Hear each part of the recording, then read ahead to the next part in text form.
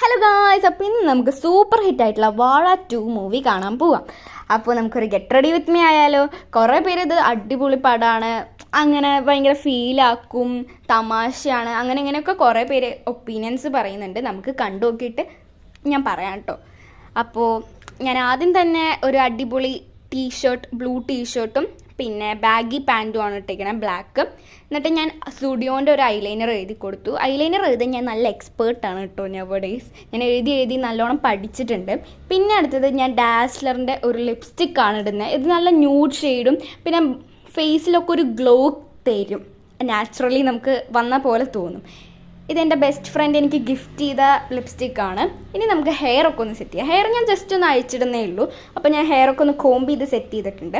ഇനി year ring almost എല്ലാവരുടെ കയ്യിലും ഉള്ള പോലത്തെ ഒരു റിങ് ആയിട്ടുള്ള ഇയർ റിങ് ആണ് ഞാൻ ഇട്ടേക്കണേ. ആ ഡ്രസ്സിൻ്റെ കൂടെ നന്നായിട്ട് ചേരുന്നുണ്ടായിരുന്നു. അപ്പോൾ ഇത്രയൊക്കെ ഉള്ളൂ ഗെറ്റ് റെഡി വിത്ത് മീ. പിന്നെ ഒരു കോട്ടും കൂടി ഇടണം. കോട്ട് ഇട്ടില്ലെങ്കിൽ ശരിയാവില്ല ഗൈസ്. നമുക്കൊരു സ്റ്റൈലും തരും. അത് മാത്രമല്ല, സത്യം പറഞ്ഞു കഴിഞ്ഞാൽ കോട്ടൊന്നും ഇടാൻ എനിക്ക് പ്രാന്തില്ല. നിങ്ങൾ പ്രാന്താണെന്നൊന്നും വിചാരിക്കരുത്. ഈ ചുട്ടുപൊള്ളുന്ന വെയിലത്തും പിന്നെ ഈ ചൂടത്ത് പുറത്തിറങ്ങാൻ എങ്ങനെയാണ് പറ്റുകയെന്നൊന്നും ചോദിക്കരുത്. കാരണം തിയേറ്റർ എന്ന് പറയുന്നത് തണുത്ത് വിറയ്ക്കുന്ന ഒരു തിയേറ്ററാണ്. സോ സ്ലീവ്ലെസ് ഞാൻ ഇട്ട് കഴിഞ്ഞാൽ ഉഷാറായി. അപ്പോൾ എല്ലാവരും സബ്സ്ക്രൈബ് ചെയ്യുക. ടാറ്റാ.